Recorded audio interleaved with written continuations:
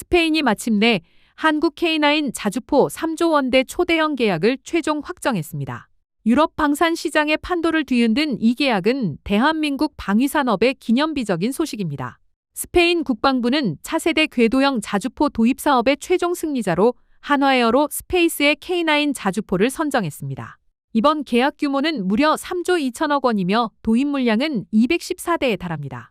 특히 놀라운 점은 통상적인 대규모 무기 거래에서 흔히 볼 수 있는 차관 제공이나 금융 지원 없이 전액 일시불 결제 방식으로 진행된다는 사실입니다. 이는 스페인이 이번 사업에 얼마나 사활을 걸고 있는지, 그리고 K9 자주포의 가치를 얼마나 높게 평가했는지를 단적으로 보여주는 대목이라 할 수 있습니다. 그렇다면 도대체 스페인은 왜 갑자기 이러한 천문학적인 금액을 지불하려고 했을까요? 이 질문에 답하기 위해서는 먼저 스페인이 처한 독특한 안보적 딜레마와 나토 내에서의 미묘한 입장을 살펴볼 필요가 있습니다.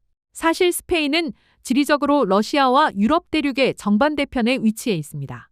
당장 러시아의 전차 부대와 마주하고 있는 폴란드나 핀란드와는 안보 위협의 체감 온도가 다를 수밖에 없습니다.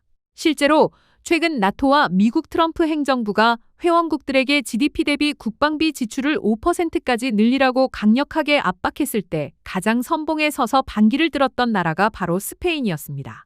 2024년 기준 스페인의 국방비는 GDP 대비 1.3% 수준으로 나토 회원국 중 최하위권에 머물러 있습니다.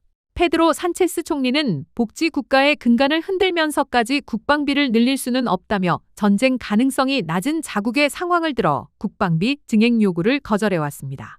그런데 이러한 스페인이 갑자기 태도를 바꿔 3조 원이 넘는 현금을 한국산 무기에 쏟아붓기로 결정한 것입니다. 여기에는 더 이상 미룰 수 없는 현실적인 위기감이 작용했습니다.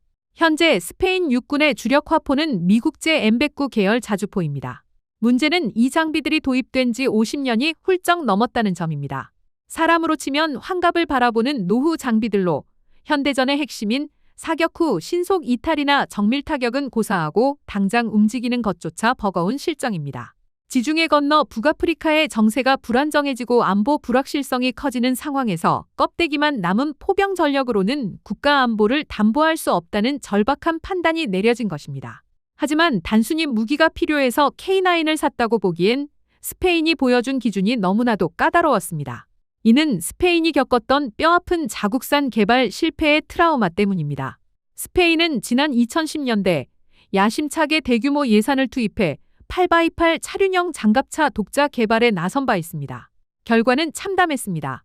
엔진은 과열되었고 무장 시스템은 먹통이 되었으며 전자 장비는 수시로 오류를 일으켰습니다. 오죽하면 군이 인수를 거부하는 사태까지 벌어졌겠습니까? 이 과정에서 무려 2조 원에 달하는 혈세가 허공으로 사라졌고 전력화는 수년간 지연되었으며 실전 가동률은 60%를 밑돌았습니다. 이러한 쓰라린 교훈을 얻은 스페인 국방부는 이번 차기 자주포 사업에서 그 어느 때보다 가혹하고 엄격한 잣대를 들이댔습니다. 사거리 40km 이상 155mm 52구경장 화력, 시속 70km의 기동성은 기본이고 무엇보다 90% 이상의 가동률이라는 사실상 결점을 용납하지 않는 조건을 내걸었습니다. 서류상의 스펙이 아니라 당장 전장에 던져놔도 고장 나지 않는 극강의 신뢰성을 최우선으로 삼은 것입니다. 이 과정에서 펼쳐진 경쟁은 그야말로 다윗과 골리앗의 싸움과도 같았습니다. K9의 맞상대는 전차군단 독일의 자존심, PGH-2000 자주포였습니다. 기계공학의 정점이라 불리는 독일제 자주포는 정밀 사격 능력과 화려한 자동 장전 시스템으로 초반 기세를 잡는 듯했습니다. 하지만 승부는 실전과 환경에서 갈렸습니다. 독일 자주포의 정교하고 복잡한 전자 시스템과 고압 유압 구조는 역설적으로 거친 야전 환경에서 발목을 잡았습니다. 사막의 모래먼지나 습지의 진흙 속에서 잦은 고장을 일으켰고 평균 가동률은 75% 수준에 머물렀습니다. 게다가 유지보수 비용이 당초 예상보다 연간 30%나 더 들어간다는 점은 치명적인 감점 요인이었습니다. 반면 한국의 K9 자주포는 태생부터 달랐습니다. K9 설계의 핵심은 바로 생존과 내구성입니다. K9은 철저한 모듈화 설계를 통해 부품 고장이 발생해도 2시간 이내의 교체가 가능하도록 만들어졌습니다. 불필요한 부품 수를 40%나 줄여 구조를 단순화시켰고 전자 시스템에는 내열 및 내진 설계를 적용했습니다. 이러한 설계 철학은 전 세계 각지의 극한 환경에서 빛을 발했습니다. 호주의 자결하는 사막, 폴란드의 혹한, 노르웨이의 눈보라 속에서도 K9은 멈추지 않았습니다. 현재 전 세계 10개국에서 1,400여 대가 운용 중이며 평균 가동률 92% 이상을 유지하고 있다는 데이터는 스페인 평가단을 침묵시켰습니다. 특히 결정적인 한 방은 우크라이나 전선에서 나왔습니다. 폴란드가 우크라이나에 지원한 크라프 자주포가 바로 K9의 차체를 기반으로 만든 것인데 러시아군의 집중 포화 속에서도 끈질기게 살아남아 반격하는 모습이 전 세계에 생중계된 것입니다. 이러한 장점들 덕에 스페인은 PGH-2000 자주포 대신 한국의 K9을 선택했습니다. 이번 쾌거와 더불어 우리 방위산업의 체질을 개선하는 아주 의미 있는 변화도 있었습니다. 바로 방산물자 보유 허용법의 통과입니다. 그동안 우리 방산 기업들은 해외 에어쇼나 전시회에 참가할 때마다 우리 군이 쓰던 장비를 빌려서 나가야만 했습니다. 멀쩡한 군 장비를 빌리는 과정에서 복잡한 행정 절차와 막대한 운송비, 원상복구 비용이 발생했고 군 입장에서도 전력 공백이 생기는 비효율적인 구조였습니다. 하지만 지난 7월 국민의힘 유용원 의원이 대표 발의한 이 법안이 국회를 통과하면서 상황이 180도 달라졌습니다. 이제는 기업이 수출 홍보나 연구개발 목적으로 무기체계를 직접 소유할 수 있게 된 것입니다. 이에 따라 한화에어로스페이스는 최근 마케팅용 K9A1 자주포 출하식을 가졌습니다.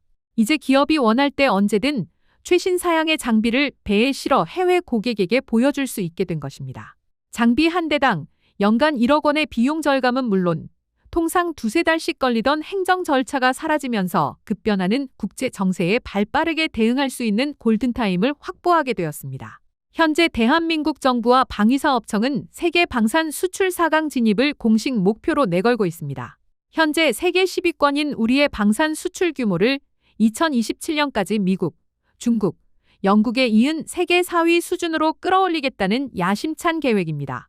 이것이 결코 헛된 꿈이 아닌 이유는 객관적인 지표가 증명하고 있습니다.